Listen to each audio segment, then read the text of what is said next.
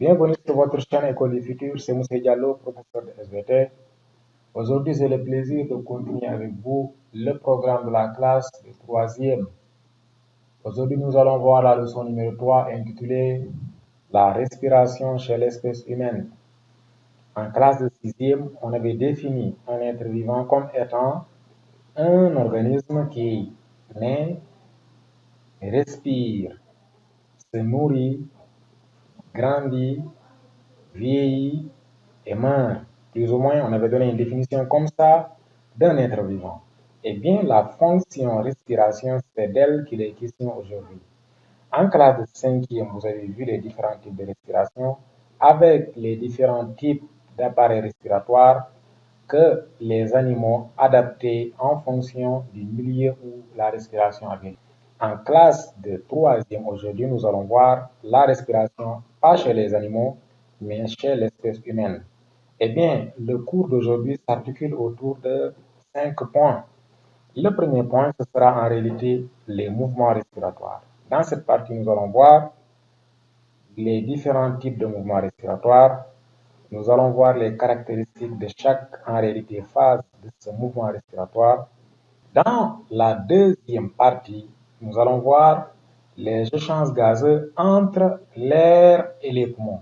Donc, les échanges entre l'air qui est dans l'atmosphère et les poumons qui sont des organes de l'appareil respiratoire. Donc, nous allons voir ici quels sont les gaz qui sont échangés entre l'environnement, c'est-à-dire l'air atmosphérique et l'organisme.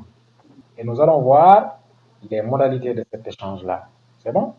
Donc, ici, il sera question de voir l'air va sortir ou bien l'air va quitter le milieu atmosphérique et va entrer dans l'organisme, plus précisément au niveau des poumons. Maintenant, avant d'arriver au niveau des poumons, cet air va passer à travers un ensemble d'organes appelés voies respiratoires. Donc, à la troisième partie, nous verrons le trajet de l'air, que ce soit de l'air inspiré ou bien de l'air expiré. En quatrième partie, nous allons voir maintenant les échanges gazeux entre les poumons et le sang. Dans la deuxième partie, on avait vu que l'air va quitter l'atmosphère et se retrouver au niveau de l'organisme, au niveau des poumons. Dans la quatrième partie, on verra que l'air doit quitter cette fois-ci les poumons pour se retrouver dans le milieu intérieur, c'est-à-dire dans le sang. Maintenant, dans cette partie-là, nous allons voir également quels sont les types de gaz qui sont échangés. Et maintenant, comment se fait également cet échange? Une fois que l'air quitte l'atmosphère, se retrouve dans l'appareil respiratoire, dans les poumons, puis se retrouve de nouveau dans le sang, quelle est la partie du sang qui va se charger de prendre cet air-là et de le redistribuer à l'ensemble des organes? Parce que la respiration ne se limite pas simplement en des mouvements respiratoires. La respiration a véritablement lieu au niveau des organes, mais plus précisément au niveau des tissus, plus précisément au niveau des cellules des organes. C'est à ce niveau-là que la respiration aura lieu.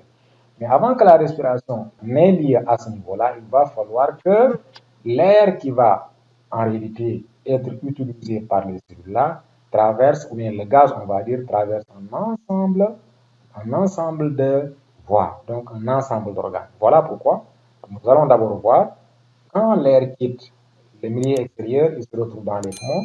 Ensuite, il va quitter les poumons, se retrouver dans le sang. Et enfin, une partie du sang va fixer cette air-là et va le distribuer à l'ensemble des organes afin qu'en réalité, ces organes-là puissent respirer. Donc, la respiration de tous ces organes-là va se manifester en réalité par la respiration que vous allez voir d'ailleurs en classe de première. C'est bon? La dernière partie va concerner les effets du tabac et de la pollution de l'air sur la respiration et la santé. Ici, nous verrons, chers élèves, les conséquences de l'utilisation du tabac, mais également les conséquences de respirer un air pollué, en réalité sur notre respiration et sur notre santé. Et ici, nous allons voir quelques maladies fréquentes chez les fumeurs. Nous allons également voir à ce niveau-là, nous allons faire la comparaison entre l'appareil respiratoire d'un individu qui ne fume pas et l'appareil respiratoire d'un individu qui fume. Nous allons également voir les fréquences des maladies respiratoires qui affectent un non-fumeur et un fumeur. Après les 5 parties du cours, nous allons naturellement voir le bonus. Alors, comme nous l'avons initié, à la fin de chaque cours, nous allons vous mettre un bonus à la fin. Donc, je vous invite à suivre la vidéo jusqu'à la fin pour pouvoir en réalité bénéficier de ce bonus-là qui ne fait qu'enrichir votre compréhension de ce cours-là. Alors, sans plus tarder, nous allons attaquer la première partie. Cette première partie est intitulée les mouvements respiratoires. Retenez que les mouvements respiratoires sont constitués de 2 phases. Un mouvement respiratoire est constitué d'une phase d'inspiration et d'une phase d'expiration. Au moment de l'inspiration, il y a des modifications qui ont lieu.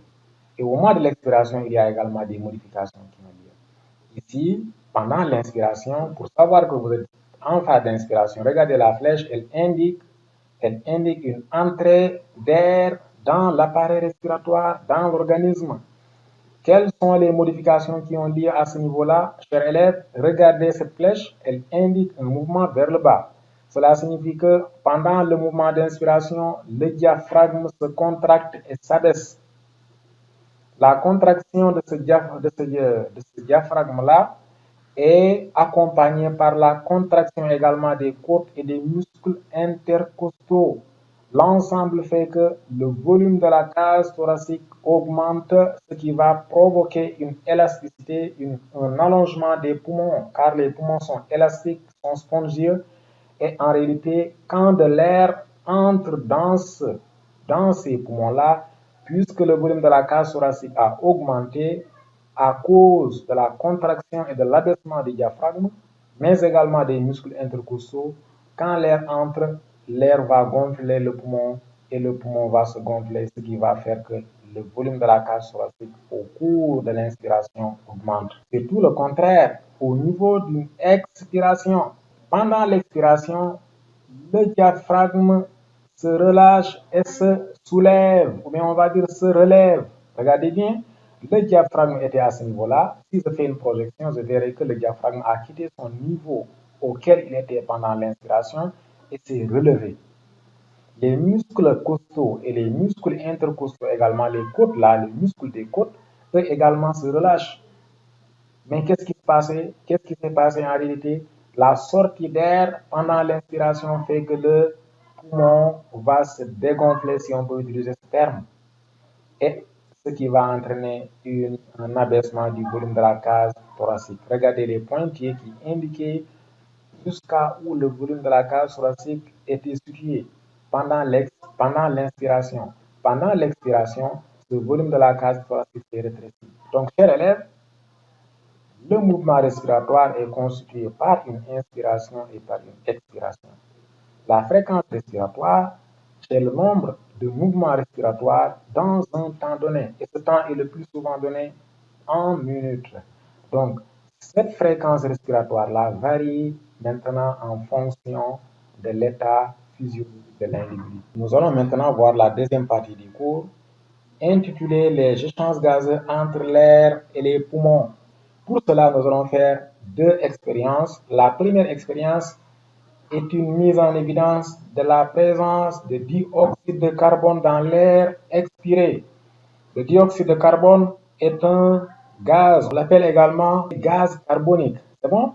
Et retenez que ce dioxyde de carbone, comme vous l'avez vu en 5e, il trouble l'eau de chaud. C'est-à-dire si vous mettez de l'eau de chaud ou bien si vous mettez du dioxyde de carbone en présence de l'eau de chaud qui était limpide trouble. Donc, c'est ce que nous allons voir. Pour mettre en évidence ce gaz, nous allons utiliser l'eau de chaud. Donc, regardez un individu qui est là. L'individu effectue en A 10 séries d'inspiration. En B, il effectue 10 séries d'expiration. Et il a un tube qui est relié en réalité à son appareil respiratoire. Regardez ce qui se passe. Et dans le tube, il y a l'eau de chaud qui permet l'eau de chaud qui trouble en présence de dioxyde de carbone. Donc, en A, quand l'individu effectue 10 séries d'inspiration, En B, il effectue 10 séries d'expiration. Résultat, regardez bien, après 10 inspirations dans le document A, l'eau de chaux est limpide. Après toutes les séries d'inspiration, l'eau de chaux qui est dans le tube qui est relié à son organe est limpide. Par contre, après 10 expirations, l'eau de chaux devient trouble. Après 10 expirations, l'eau de chaux devient trouble. Souvenez-vous, je vous avais dit que l'eau de chaux trouble en présence de dioxyde de carbone. Conclusion, le dioxyde de carbone est donc présent dans l'air expiré. C'est parce que l'air expiré contient du dioxyde de carbone que lorsque cet individu a expiré, l'air est passé par le tube là et est arrivé jusqu'au niveau de là où se trouve l'eau de chaux pour troubler l'eau de chaux. Ici, l'eau de chaux n'a pas troublé parce que l'air inspiré en réalité ne contient pas de dioxyde de carbone. Donc, nous avons déterminé à travers cette expérience-là un premier gaz qui intervient dans les échanges gazeux entre l'air et les poumons. Nous allons voir une deuxième expérience pour voir s'il y a également un autre gaz qui est impliqué dans cet échange. Et là, on va voir l'expérience numéro 2, qui est une expérience de mise en évidence de l'oxygène dans l'air inspiré. Donc, on a mis un dispositif au niveau de cet individu-là qui lui permet en réalité d'inspirer l'air inspiré. Quand il inspire, l'air en réalité va passer à travers ce dispositif-là pour se retrouver dans l'oxymètre qui est un instrument qui permet de mesurer la teneur ou bien la quantité de O2 dans ce tube. Donc regardez ce qui se passe. Là aussi, c'est un individu présenté dans deux situations différentes. Dans la première situation, il effectue en réalité une série d'inspirations. Dans la deuxième expérience, il effectue une série d'expirations. Résultat, l'observation, qu'est-ce qui se passe? L'air inspiré contient 20,9% de dioxygène ici. Quand il a inspiré, on a mesuré la quantité de dioxygène présent dans l'air inspiré et on a vu que c'est 20,9. Quand il a expiré, on a mesuré la quantité de dioxygène présent dans l'air expiré, on a vu que c'est 18,7. Conclusion, l'air inspiré s'enrichit en dioxygène. Donc, ces deux expériences permettent de voir que au moment du mouvement respiratoire qu'on a vu au grand 1, c'est-à-dire au moment de l'inspiration, l'air inspiré contient, c'est un air qui est riche en dioxygène. L'air expiré est un air qui est riche en dioxyde de carbone. Pour avoir une confirmation de ce que nous venons de dire, nous allons nous intéresser à la comparaison des gaz qui sont dans ce tableau-là. En effet, on se propose d'étudier les échanges gazeux dans l'organisme en utilisant les deux tableaux suivants. Nous, on va utiliser simplement ce tableau-là. Donc, regardez bien, le tableau contient des gaz, à savoir l'oxygène, le dioxyde de carbone et l'azote. L'air inspiré, c'est lui qui est mesuré et l'air expiré. Mais nous allons comparer la quantité de dioxygène présente dans l'air inspiré et celle présente dans l'air expiré. Nous verrons que, effectivement, comme on l'avait dit tout à l'heure, l'air inspiré contient plus de dioxygène que l'air expiré. En effet, 20% est plus important. À l'opposé, le dioxyde de carbone. L'air inspiré contient moins de dioxyde de carbone que l'air expiré. En effet, 0,03 est largement inférieur à 4,4.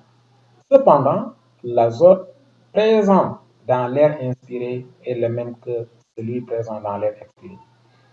Ceci montre que l'azote n'est pas un gaz utilisé dans la respiration. Ce tableau-là nous montre que les gaz impliqués dans la respiration, dans les échanges entre l'air et l'organisme, c'est-à-dire le poumon, sont le dioxygène et le dioxyde de carbone. Maintenant, nous venons de voir dans cette partie, dans ces deux premières parties, que lorsqu'un individu effectue un mouvement respiratoire, il va échanger des gaz avec son milieu extérieur, avec son environnement. Donc, cela signifie quoi? Concrètement, le dioxygène, l'air doit quitter le milieu extérieur et se retrouver dans l'organisme. L'air doit également quitter l'organisme et se retrouver dans le milieu extérieur. Mais l'air qui doit entrer dans l'organisme doit être un air beaucoup plus enrichi en dioxygène, contrairement à l'air qui doit sortir de l'organisme pour se retrouver dans l'environnement, qui est un air appauvri en dioxygène et très enrichi en dioxyde de carbone. Maintenant, dans cette troisième partie, nous allons voir le trajet de l'air une fois qu'il quitte le milieu extérieur pour se retrouver dans l'appareil respiratoire, dans l'organisme. Et également l'air expiré, une fois qu'il est expiré, quel est le trajet qu'il va suivre. Là, c'est ce que nous allons voir ici, ce qui constitue en réalité les voies respiratoires ou bien les organes de l'appareil respiratoire. Ils sont constitués, comme vous venez de le voir ici, la fosse nasale à ce niveau-là. La bouche aussi, il y en a qui le mettent parce qu'il est possible de respirer par la bouche, même si ce n'est pas recommandé. Donc, vous avez les fosses nasales. Ensuite, vous avez ce canal-là qui est la trachée. Dans certains documents aussi, vous verrez trachée artère à ce niveau-là. Après cette branche, elle est ramifiée en deux. Cette trachée est ramifiée en deux branches. Chacune des branches va entrer en réalité, va être ramifiée par des branchioles qui vont entrer à l'intérieur de chaque poumon. Maintenant, les branchioles débouchent au niveau de ce qu'on va appeler des alvéoles pulmonaires. Donc, vous avez les fosses nasales, la trachée, les bronches, les bronchioles et enfin les alvéoles pulmonaires. Et il y a des millions d'alvéoles dans chacun des poumons gauche et droite. Concrètement, cela veut dire quoi? Cela veut dire que l'air inspiré passe à travers les fosses nasales, ensuite passe à travers la trachée, arrive au niveau des bronches, passe à travers les bronchioles et débouche au niveau des alvéoles pulmonaires. L'air expiré fait le trajet inverse, c'est-à-dire qu'il va quitter l'alvéole pulmonaire, passer à travers les bronchioles, puis les bronches, ensuite la trachée et enfin les fosses nasales pour se retrouver dans le milieu extérieur, pour se retrouver dans l'atmosphère. Maintenant, nous allons voir dans la quatrième partie, nous avons fini de voir dans la première partie les mouvements respiratoires qui permettent à l'air d'entrer dans le milieu, dans notre organisme, qui permettent également à l'air de sortir de notre organisme. Nous avons vu les gaz qui sont échangés entre le milieu extérieur et notre organisme. Nous avons vu le trajet suivi par cette air-là, par ces deux airs, c'est-à-dire l'air qui entre et l'air qui sort. Maintenant, nous allons voir, une fois que cet air arrive jusqu'au niveau des poumons, quel est son devenir, quel est le trajet, où est-ce qu'il va se rendre et qu'est-ce qu'il va devenir dans cette quatrième partie, c'est ce que nous allons voir. Maintenant, ce n'est plus un échange entre l'air et les poumons, mais c'est plutôt un échange entre les poumons et le sang. C'est-à-dire que l'air a quitté l'atmosphère, s'est retrouvé dans les poumons. Maintenant, il doit quitter le poumon pour aller également dans le sang. C'est ce que nous allons voir ici. Avant de voir ça, nous allons comparer d'abord l'air inspiré et l'air expiré par rapport à sa contenance en dioxygène. Donc, nous allons voir que si nous comparons la quantité de dioxygène présent dans l'air inspiré et nous comparons la quantité de dioxygène présent dans l'air expiré, c'est-à-dire à l'entrée en réalité du poumon, nous allons voir que le dioxygène présent dans l'air inspiré est de 21%. Le dioxygène présent dans l'air expiré est de 16%. Donc, nous allons voir que l'air inspiré est riche en dioxygène alors que l'air expiré est pauvre en dioxygène. Cela signifie quoi? Cela signifie que l'air qui arrive au niveau des poumons est un air qui est très riche en dioxygène. L'air qui sort des poumons est un air qui est très pauvre en dioxygène. Donc, regardez la flèche bleu clair, elle indique l'entrée de l'air dans les poumons. Puis, regardez comme elle le montre à ce niveau-là, que ce dioxygène-là doit quitter les poumons et se retrouver en réalité dans le sang. Parce que ce que vous voyez là, c'est un vaisseau sanguin. Regardez ici, vous avez 21% de dioxygène qui entre, mais il n'y a que 16% de dioxygène qui sort, il y a lieu de se poser la question à savoir, 21 moins 16, il y a 5%. Où sont passés les 5% de dioxygène? Pour comprendre cela, il faut savoir que à la base des poumons, il y a un ensemble de vaisseaux sanguins qui irriguent ces poumons-là. C'est-à-dire, il y a beaucoup de vaisseaux sanguins qui tapissent les poumons. D'ailleurs, on appelle ça surface d'échange. Il faut comprendre que à la base de cet alvéole-là, il y a beaucoup de vaisseaux sanguins. Donc ça, c'est un sang. Le sang là est le sang qui arrive, le sang qui entre dans les poumons. Et le sang qui est là, qui est matérialisé par la couleur rouge là, est un sang qui sort des poumons. Le constat est quoi? Si nous faisons la comparaison entre la quantité de dioxygène présent dans le sang entrant dans les poumons et la quantité de dioxygène présent dans le sang sortant des poumons, nous verrons que il y a 15% de dioxygène dans le sang entrant, alors qu'il y a 20% de dioxygène dans le sang sortant. Donc ici, il y a 5% de plus. Vous avez compris ici le devenir des 5% qui étaient entrés et qui ne sont pas sortis. Le devenir de ces 5% est quoi? Ça veut dire que ces 5%-là sont passés à travers le sang. Ils ont quitté l'alvéole pulmonaire et ils sont retrouvés dans le sang. Voilà pourquoi quand le sang arrive au niveau des poumons, c'est un sang pauvre en dioxygène qui y arrive. Quand le sang sort des poumons, c'est un sang enrichi en dioxygène qui en sort. D'où vient ce dioxygène qui se retrouve dans le sang? En réalité, il provient de l'alvéole. Donc ici, qu'est-ce qui s'est passé? Le dioxygène a quitté l'alvéole et s'est retrouvé dans le sang. Et le sang là va le véhiculer à travers les différents organes pour que chacun de ces organes-là, pour que chacune de ces cellules de ces organes-là puisse en bénéficier et réaliser en réalité la respiration proprement dite. Ici, donc, vous avez vu le trajet ou bien vous avez vu le sens de déplacement du dioxygène. C'est de l'alvéole pulmonaire vers le sang. On parle d'échange, entre le poumon et le sang. Cela signifie que le poumon a donné au sang le dioxygène. Mais il n'y a pas que ça. Le sang, lui également, doit lui donner un gaz. Et pour connaître le type de gaz que le sang a donné au poumon, il faut voir ce document-là.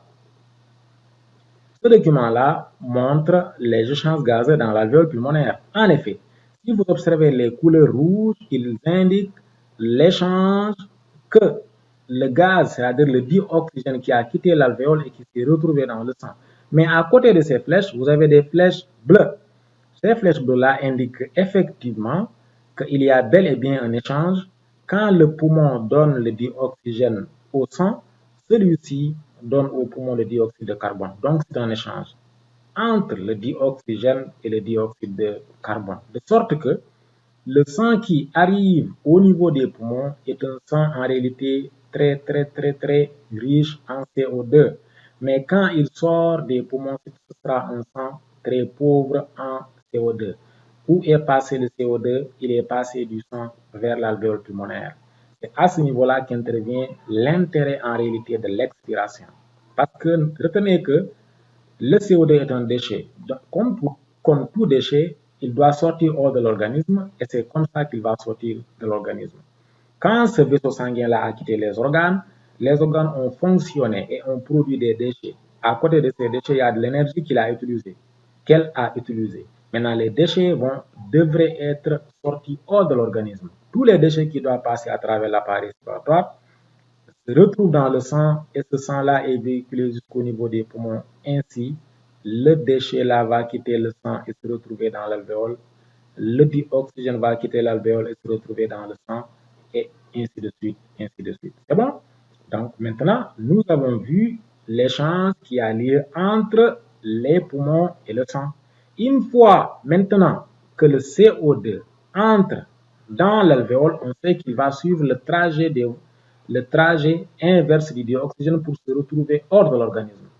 Maintenant, qu'en est-il pour le O2? Le O2, lui, il a quitté. Il est arrivé au niveau de l'alvéole, il est entré dans le sang. Que va-t-il se passer? Est-ce qu'il va s'arrêter là seulement? Non.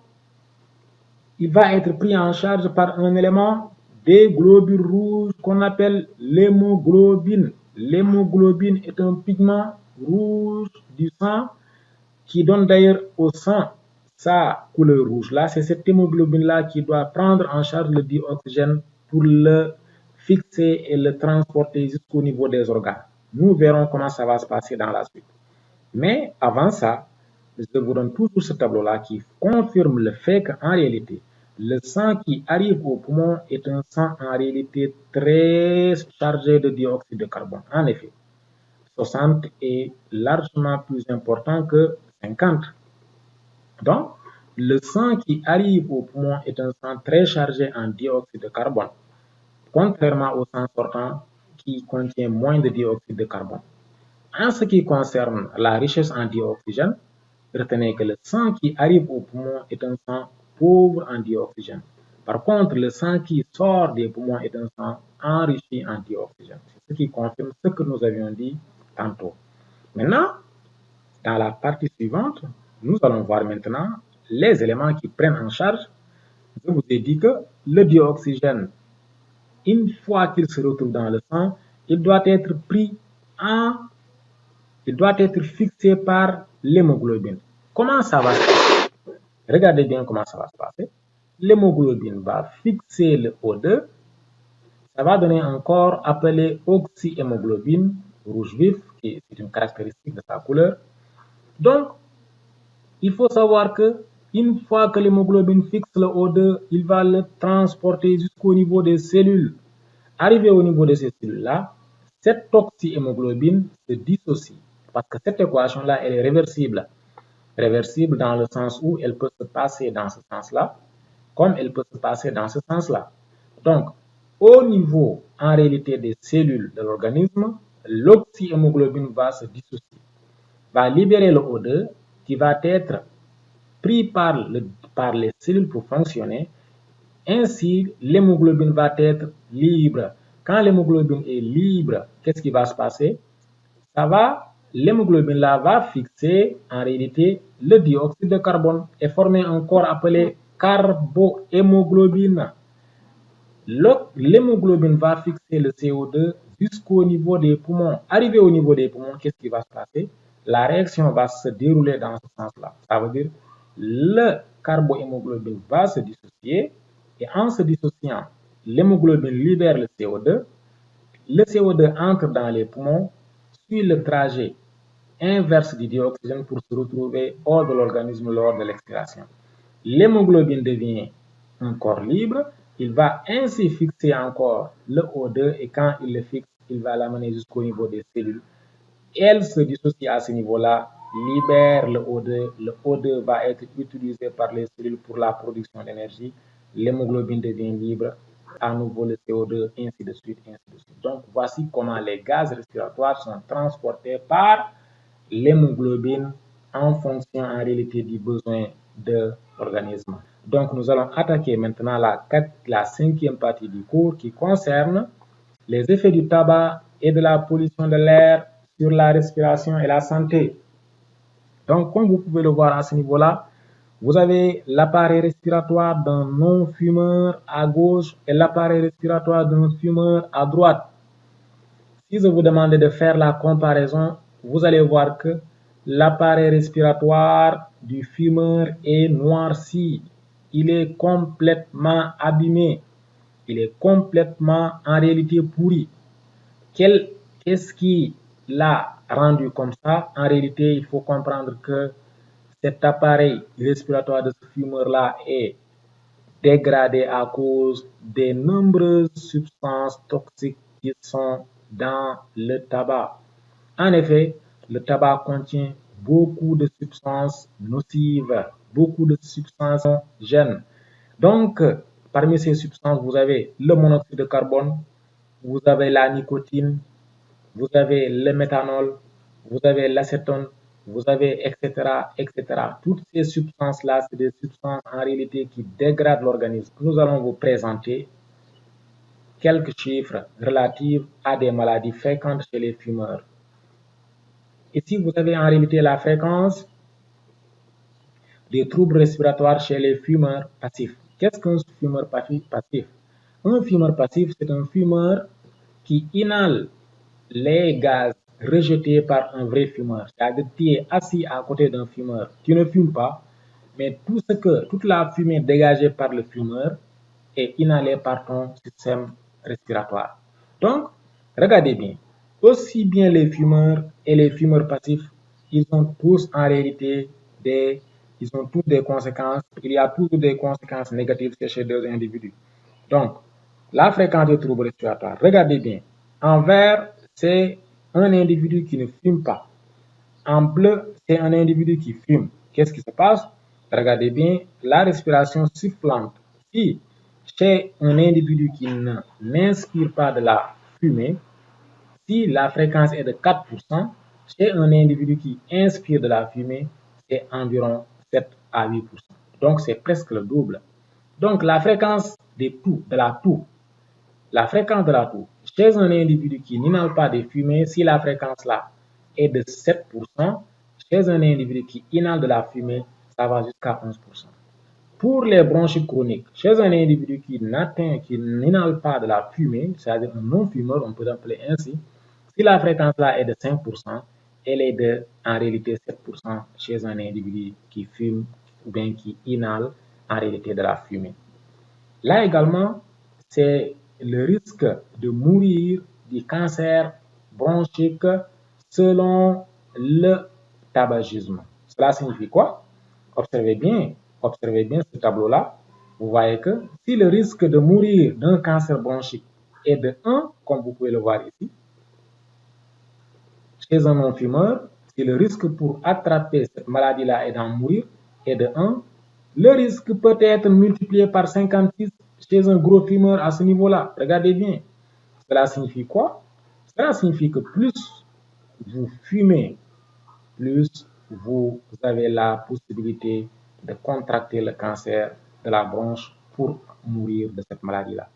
Regardez cet individu-là, c'est un individu qui fume un paquet par an. Donc, son pourcentage est de 1%. Pour un individu qui a l'habitude de finir en réalité 10 paquets par an, il a un pourcentage de 7,3%. Si l'individu fume 20 paquets de cigarettes par an, il a un pourcentage de contracter cette maladie de 13%, ainsi de suite, ainsi de suite.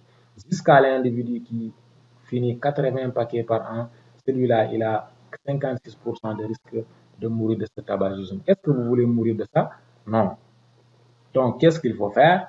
Il faut en réalité arrêter de fumer. Il faut carrément arrêter de fumer. Il faut obligatoirement arrêter de fumer. Mais également, en ce qui concerne les fumeurs passifs, ne vous asseyez pas aux côtés de quelqu'un qui fume. Refusez catégoriquement. Si un individu prend la cigarette et vient auprès de vous, dites-lui, monsieur, prends ta cigarette et éloigne-toi de nous. Ne vous approchez pas d'un fumeur et ne fumez pas, car vous avez vu les dangers de la cigarette. Chers élèves, maintenant, comme annoncé en début de cours, nous voici au bonus. Le bonus, c'est quoi? C'est un exercice d'application que je vous propose et que je vous demande de traiter. Traiter l'exercice d'application, cela me permettra de savoir qu'en réalité, premièrement, vous êtes intéressé par les cours que j'ai faits. Deuxièmement, vous avez compris, ou bien si vous n'avez pas compris, je saurai quels sont les points sur lesquels vous n'avez pas compris et je vais apporter encore en réalité un coup de pouce. Donc, répondez aux questions et mettez les réponses dans les commentaires. Je me réjouirai de les répondre, Inch'Allah. Donc, répondez à toutes les questions de cet exercice-là. C'est dans les commentaires que ça se passe. C'est bon? Alors, l'exercice dit quoi? Vrai ou faux? Recopie les numéros des phrases exactes et corrige sur ton cahier celles qui sont fausses. Vous allez voir. 1. Les poumons extensibles suivent le mouvement des côtes. Vrai ou faux? 2. Le diaphragme remonte lors de l'inspiration. Vrai ou faux? 3. L'air inspiré contient plus de dioxygène et plus de dioxyde de carbone que l'air expiré. 4. Dans les poumons, l'oxygène de l'air inspiré passe dans les artères. 5. Les côtes s'abaissent lors de l'expiration. 6. L'azote de l'air est un gaz respiratoire. Ici, R, il n'y a pas de E. C'est AIR. C'est bon? Donc, répondez aux questions dans les commentaires. Voilà. Maintenant, pour ceux qui veulent aller beaucoup plus loin que ça, je vous invite à rejoindre notre formation ou bien notre cours de renforcement que nous faisons en ligne. C'est des cours de renforcement au niveau desquels nous avons sélectionné les exercices les plus corsés, les plus compliqués. Nous les avons corrigés de façon détaillée. En plus, après vous être inscrit dans ces cours-là, vous aurez un accompagnement annuel. Donc, chers élèves, c'est la fin de la vidéo. Merci de l'avoir suivi.